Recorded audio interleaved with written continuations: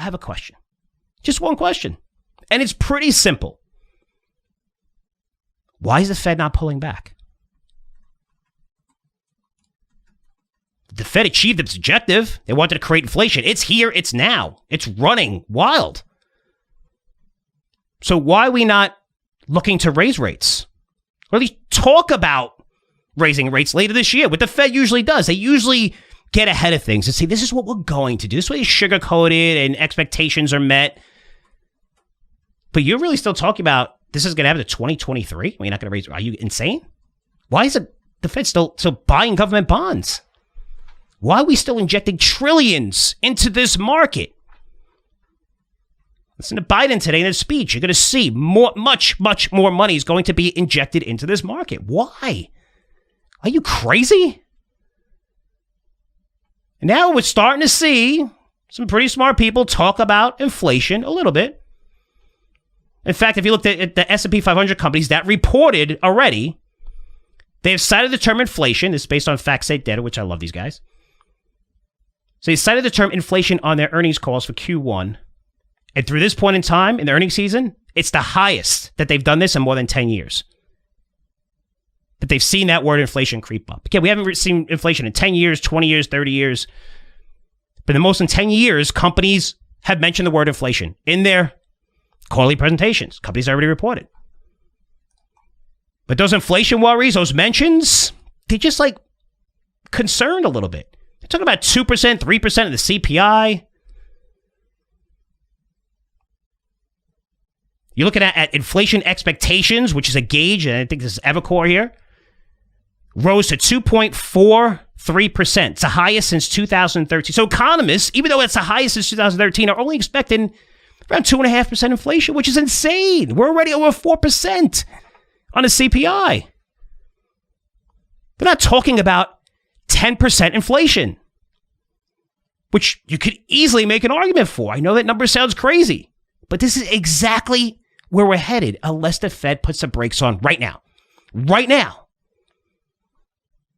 If you're invested, stocks are going to ramp higher for the next few months, maybe a quarter or two. The Fed doesn't put the brakes on, or at least just talks about it. We're doing this, taping this a little bit before, the Fed meeting, but, usually release a statement. They said, they're really not going to talk about raising rates yet. Let's see. Maybe that changes over the next hour or so. They don't put on the brakes.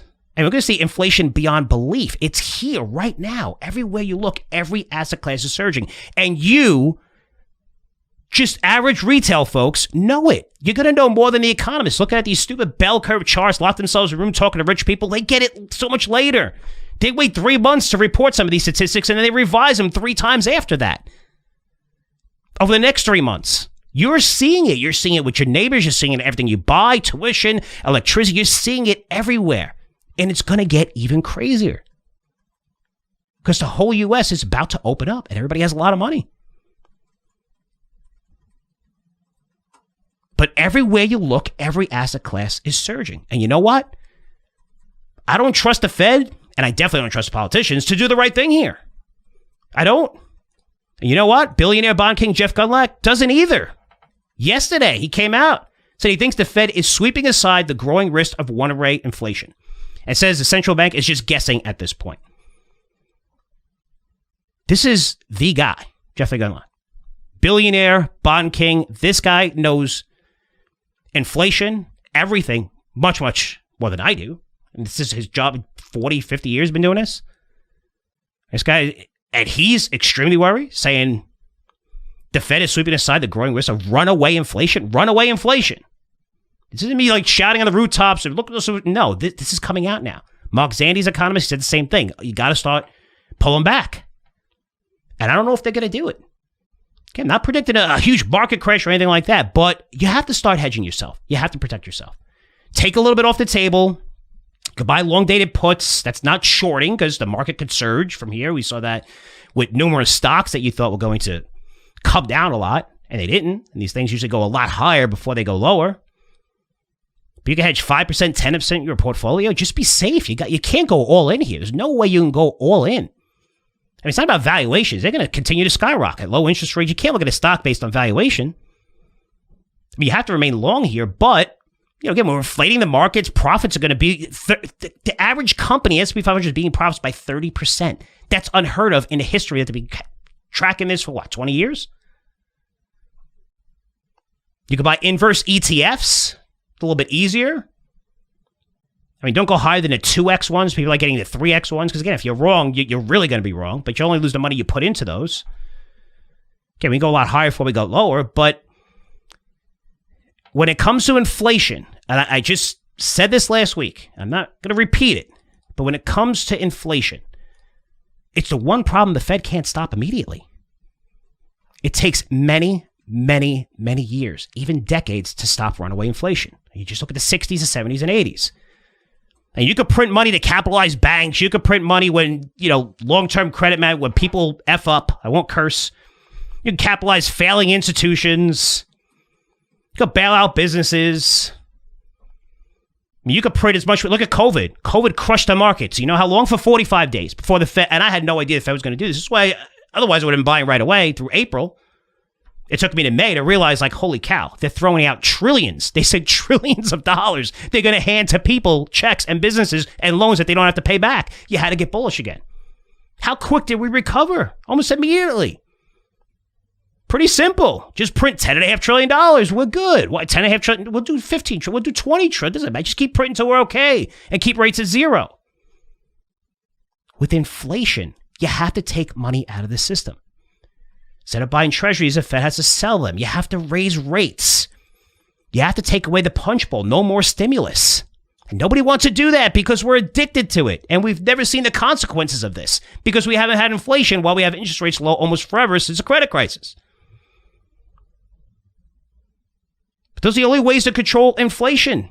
And the worse it gets, the higher inflation gets, the more difficult and the longer it's going to take to control.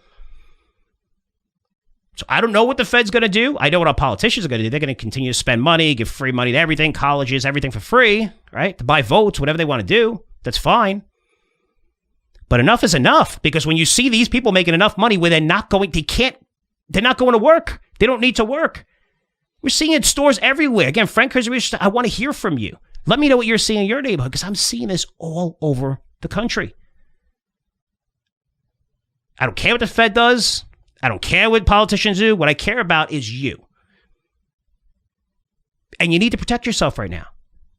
If you're doing this across all your portfolios, can you just maybe take a little off the table?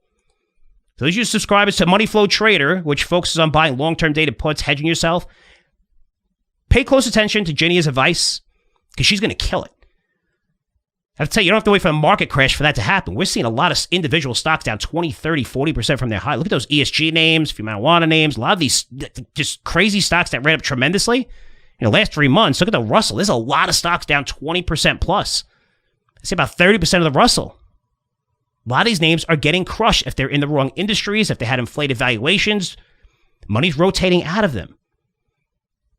Money Flow Trader, Ginny takes those individual names, as long-dated puts, and those gains, like we saw during COVID when the market did come down tremendously, are 3x, 4x, 5x, 6x. That's why if you hedge your portfolio just a little bit with these things, and you're right, yeah, the rest of your portfolio would come down to long positions, but that part of your portfolio, if you're hedging 10%, could become 30, 40% of your portfolio.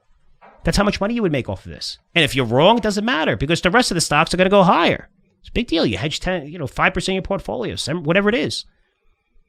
But pay close attention to the advice, because she is by far the best I know when it comes to hedging. And that's why I hired her. I'm glad she's at Curzio Research. Anyway, just be careful out there, guys. I know there's a lot of statistics I threw at you.